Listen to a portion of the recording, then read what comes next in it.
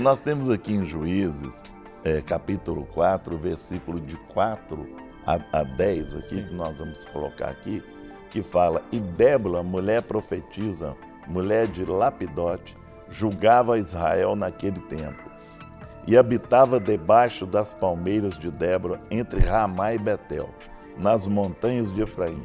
E os filhos de Israel subiam a ela a juízo.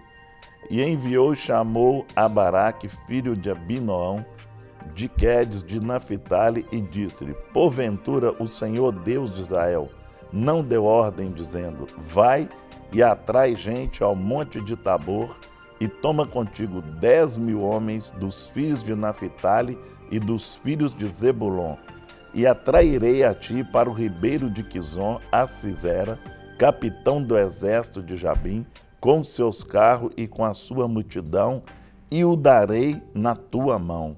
Então lhe disse Baraque: Se fores comigo, irei, porém se não fores comigo, não irei.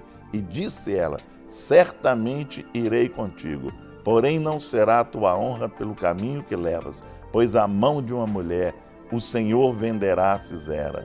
E Débora se levantou e partiu com Baraque para Quedes. Então Baraque convocou Zebulon, Naphtali em Quedes e subiu com 10.000 homens e após si, e Débora subiu com ele. Ok. Tá? Então nós temos aí, Débora foi uma mulher de sucesso, e este sucesso se resume no processo da palavra respeito. Né? Primeiro, respeite a si próprio e as pessoas que estão ao seu redor. Isso é muito profundo, a questão da gente ter um respeito por a gente mesmo. Verdade. Eu me respeitar, não é? Né? Para mim ser respeitado, eu tenho que me respeitar. Né? Muitas vezes as pessoas não se respeitam. E aí elas querem ser respeitadas. É verdade. Mas elas mesmas não se respeitam. E Débora, que ela mostrou que ela era uma juíza, né? Uma profetisa também, né? Que estava ali julgando, ela julgava e tudo, ela tinha uma posição muito forte ali perante o povo de Israel, e ela colocou ali na brecha mesmo, e teve um respeito por si mesma e também pelas pessoas, não é? Que ela se colocou como a posição que ela estava. E muitas vezes a gente tem pessoas assim que ele não tem tanto respeito por si que ele menospreza ele mesmo. Exato. Né? Você chega, talvez a pessoa até, tem gente que não sabe nem receber um elogio. Né? Eu lembro de uma pessoa que eu brincava com ele, falava: gente de honra, gente boa, e fazia com o dedo assim pra cima. E para só Deus. Eu falava: não, meu querido, eu estou elogiando. Você também, honrado, não é? Eu não sei se ele tinha medo, sim, ou se era um problema mesmo daqui, de não respeitar a si mesmo, né? Mas eu achava interessante, toda vez ele botava a mão, fazia assim. Então nós temos aqui, né, o respeito por si próprio e as pessoas que estão ao seu redor. Né? Essa questão do respeito aqui, no contexto de Débora, ele deve ser realmente levado em consideração, e logo nesse princípio, quando a gente está começando a falar a respeito dela. Por quê?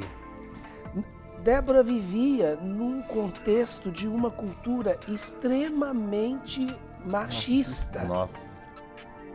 Onde nós não temos a mulher exercendo uma função de expressão, tanto na questão política, quanto na questão espiritual ou sacerdotal, quanto na questão de influência na comunidade. Sim.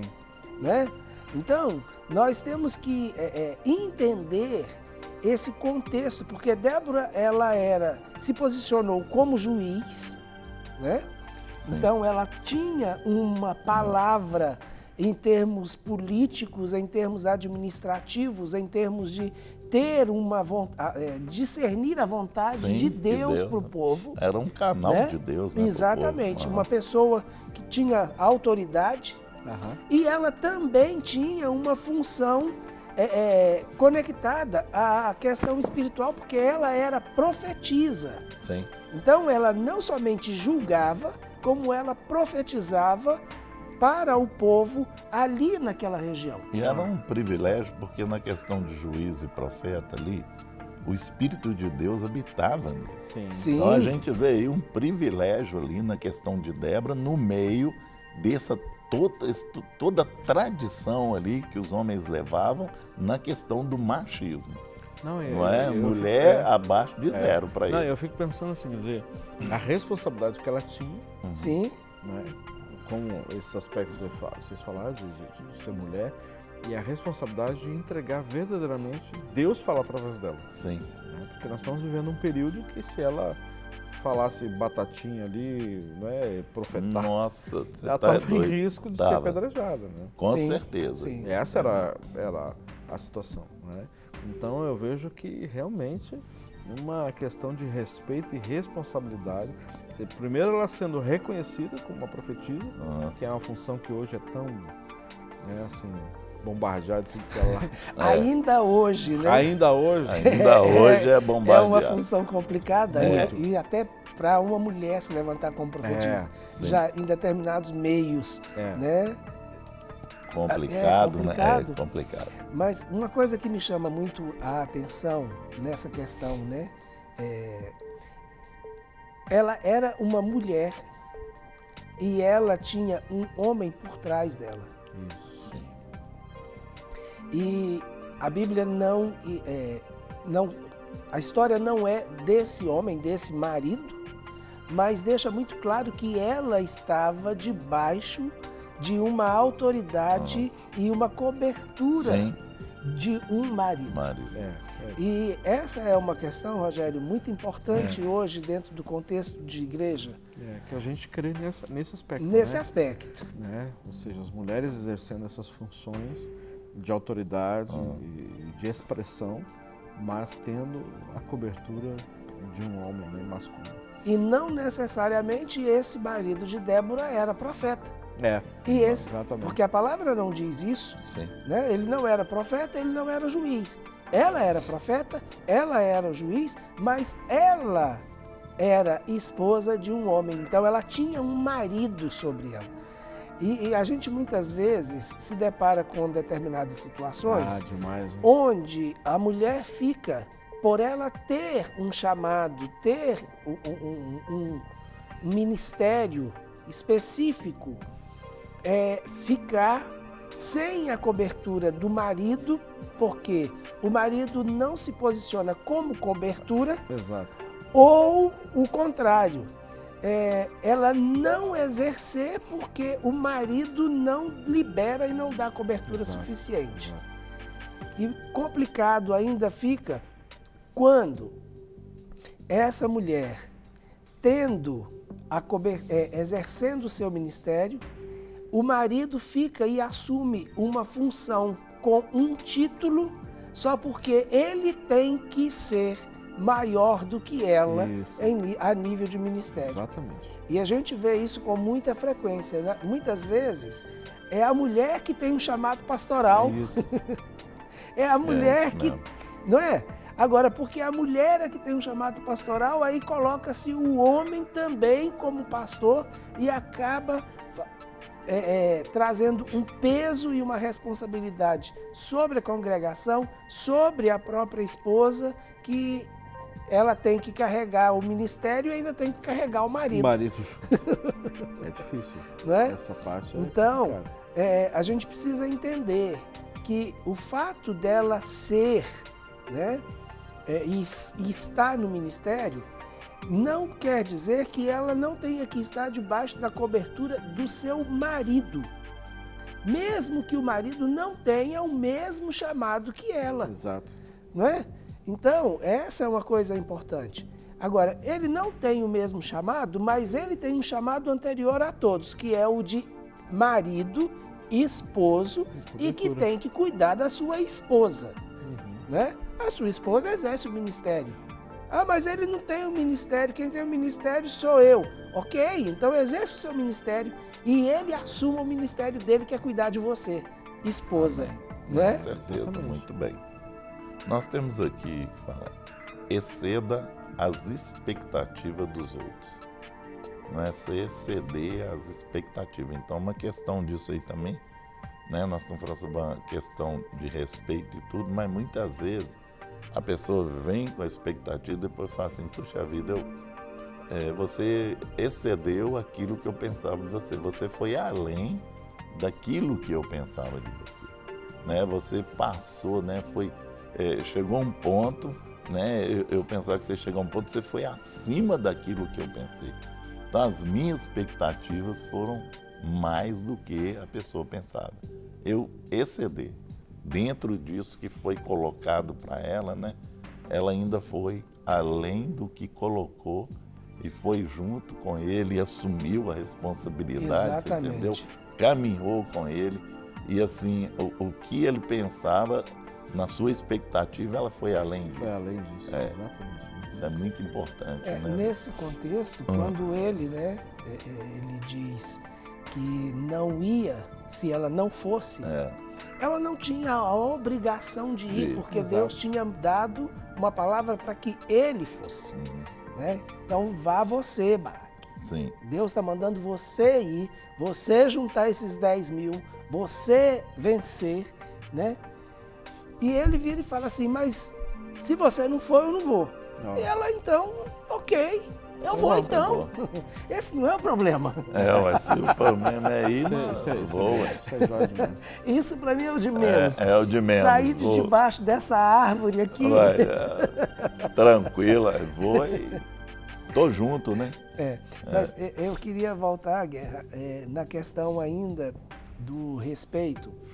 O quanto esse respeito por si mesmo, ele é importante nesse processo que a gente passa pela vida e passa no cumprimento de um propósito de Deus. Sim. Nós precisamos respeitar os nossos limites. Nós precisamos respeitar aquilo que nós realmente somos. E essa é uma situação que a gente precisa vigiar e vigiar muito. Né? Quando eu ultrapasso o meu limite, eu vou acabar carregando ou sendo um peso para os outros ou para mim mesmo. Sim. Né? Com certeza. Então, eu preciso ter esse respeito por mim, pelos meus limites, pelos meus princípios. Eu estava, há muito tempo atrás, eu estava conversando com uma pessoa e ela tinha terminado um relacionamento. E eu perguntei, por que você terminou esse relacionamento? E ela virou para mim e falou, conversando, numa boa, falou, olha, eu antes não bebia. Eu comecei a andar com o pessoal que bebe. E eu, então, comecei a beber. Então, a questão da influência e do limite. É isso, exatamente. Né? Aí, eu não fumava maconha. E eu comecei a andar com o pessoal que fumava maconha. E aí, eu comecei a fumar maconha. Só que eu não quero levar picadas. Aí eu entendi. Se ela tivesse mantido aquele relacionamento e aquela pessoa era uma pessoa que se picava, ela ia achar que aquilo era normal ou comum. E aí ela ia se sujeitar àquilo, isto é, ela ia perder o princípio, ela ia desrespeitar os seus próprios princípios. Exato. E essa é uma condição extremamente importante e que nós é que somos responsáveis por nos posicionar nesse lugar. Quais são os princípios que estão em você? Então, cabe a você respeitar estes princípios, porque são princípios que foram transmitidos a você e que faz de você quem você é. E se você não respeita esses princípios, você acaba entrando numa dimensão de permissividade que você vai perder completamente a noção de onde parar ou se vai parar. Então, o respeito a si mesmo, ele é extremamente importante. Nesse aspecto, você não pode ir além daquilo que as pessoas querem de você. Olha só, você está falando isso e a gente recebeu uma mensagem aqui e eu não posso revelar o nome da pessoa, mas assim, ela diz exatamente o que você colocou. Ela diz assim: pastor, não estou conseguindo dormir porque estou sonhando com um trabalho de macumba que vi fazendo para que o meu relacionamento não desse certo. Olha só o entendimento da pessoa. Ela está sonhando com um trabalho de macumba para que o relacionamento dela não dê certo. Ok? Guarda isso aí. E de fato, deu tudo errado. Estou brigando demais com o meu namorado e venho vendo esse trabalho desde o começo do nosso relacionamento. Porém, dei muitas brechas. Olha só. Dei muitas brechas. Perdi a minha virgindade com ele, saí da presença de Deus. Aí lembrei da Clínica da Alma. Me ajude, confio somente no Senhor para falar desse assunto. Agora, olha a falta de discernimento que essa pessoa teve. Porque, na realidade, estava tendo o quê? Vendo esse trabalho de macumba. Para que o relacionamento não desse certo. Mas, na realidade, não foi o relacionamento que não deu certo. A questão é que você perdeu a essência de tudo. Perdeu a sua pureza, perdeu a presença do Senhor, que é muito mais importante. A minha pergunta é: quem está sendo Deus na sua vida? Quem que está sendo Deus? Então você abriu mão de tudo por conta desse relacionamento. Não é por o relacionamento não dar certo, não. Esse trabalho é para acabar com a sua vida, acabar com a sua pureza. Você já perdeu, não está indo mais na igreja por conta do namorado. Então, na realidade, está dando certo o trabalho macumba. Está dando certo. Porque, na realidade, é o relacionamento que está levando você, né, para distante do Senhor. Está sendo influenciado ao quê? Abandonar tudo por conta dessa pessoa. Então, quem é que está sentado no trono da sua vida? Me diga, por favor. Não é? Então, é esse relacionamento.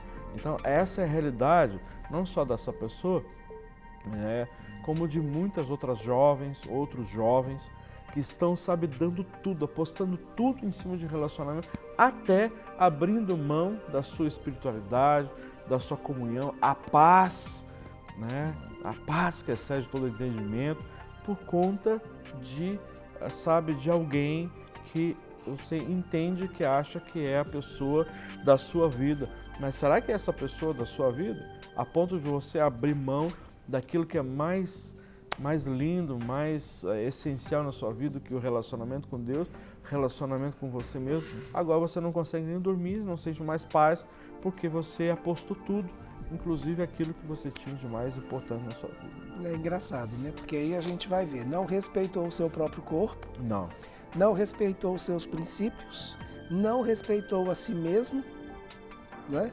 Então, tem tudo a ver com aquilo que a gente está falando aqui. Com certeza. E qual é o caminho? Opressão, angústia, tristeza, Sim. né? E depois de tudo isso, o diabo que ainda é o culpado. Exatamente. Ainda põe o diabo como culpado ainda. É dose, Aí é né? que é duro, né? É duro. Então vamos lá. Siga firme em suas convicções. Não é? É o exemplo daqui, né? Olha, jogou por terra as Jogou. convicções que tinha. E muitas vezes as pessoas estão, né, estragando isso, porque alguém vem e muda a mente daquela pessoa. E tira ela até dos objetivos dela e das convicções dela. Então tem que tomar muito cuidado com isso, né, com aquele que atravessa o seu caminho, né, e muita gente fala: não, isso não é assim, é fácil, não é? Então, não, que isso, tranquilo, não vai dar nada para você, não. Não vai dar em nada, Mete não. bronca, vai firme. Vai firme e tal. Depois a gente resolve isso, né? Que é o problema, que depois não resolve e piora. Só não é? piora. Então a gente tem. Minha convicção é essa. Eu sou um cristão, eu aceitei Jesus. O que é que eu tenho que seguir? A palavra. Minha convicção é a palavra de Deus. A minha fé. E essa foi a convicção de Débora. Foi. Sim. Né? Então, quando ela entregou uma palavra profética para Baraque, ele falou: vai que o Senhor vai te dar, né, a vitória em tal lugar. Exato. Sim. E ela falou, foi clara e convicta. E ele vai realmente fazer isso, porque ele prometeu, né? A palavra que eu te entreguei é a palavra de Deus. Deus vai cumprir essa Com palavra. certeza. Então ela ficou firme na sua convicção. E ela tinha uma intimidade muito grande com Deus, Claro. e fala assim, Deus vai cumprir essa palavra. Ela profetiza. Sim. Não é? A intimidade muito grande. Para receber todas as novidades do canal, inscreva-se. E se curtir o vídeo, clique em gostei. Aproveite para acompanhar a Rede Super nas redes sociais.